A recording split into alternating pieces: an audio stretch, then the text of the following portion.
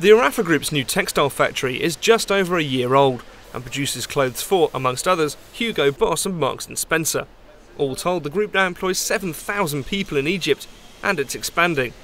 For example, it intends to double the number of people working in this factory over the next 12 months. We are not creating jobs with $1,000 a month. We are creating jobs with $100, $150 per month.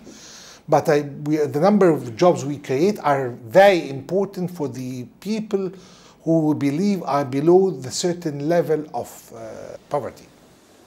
With that in mind, one key element of the government's reforms has been to speed up the time it takes to create new businesses. The time it takes now to register a business is 3 days compared to 7 months. The intention being to create more private sector jobs. Think about the effect to an Egyptian family of having somebody who didn't work before start work. It is not the same as just having a raise. It is much more than that. The government has also taken steps to diversify the economy. The ICT industry has been growing at 15% a year, with A.T. Kearney recently listing Egypt as the #1 centre for outsourcing in the Middle East and North Africa. If you look at A.T. Kearney, the 3 parameters of A.T.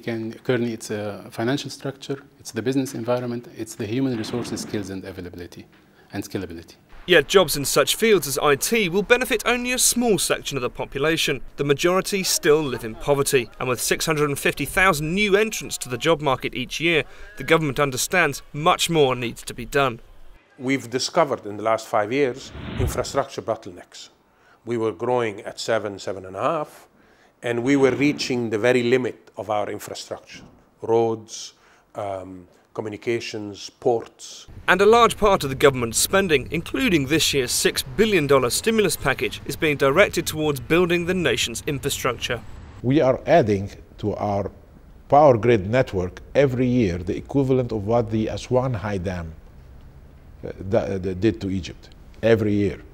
There is also a move to spread economic development throughout the country, including the creation of industrial zones that are planned to contain 5,000 new factories within a decade. In industry, we are focusing on 76 zones and areas across Egypt. In internal trade, we are focusing on 15 of the governorates.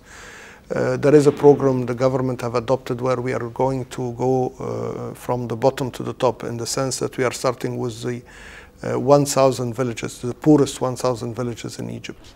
However, one of the most crucial areas that needs to be addressed is the long-term issue of education, which for years has been failing the people. For example, more than 25% of the population is still illiterate.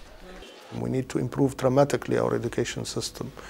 It does not make it easy to happen, because obviously what you need to do is to ensure that while you are carrying the load of 15 million students, with a population growth of over 1 million every year, you need to fix it, you need to repair it, you need to change it. And the government is taking steps to make this happen.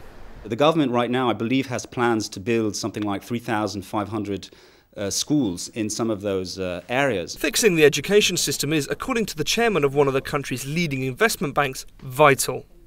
We have a lot to do in reforming the educational system and making sure that the education that is provided to the young Egyptians is in the right direction to qualify them to get the right jobs.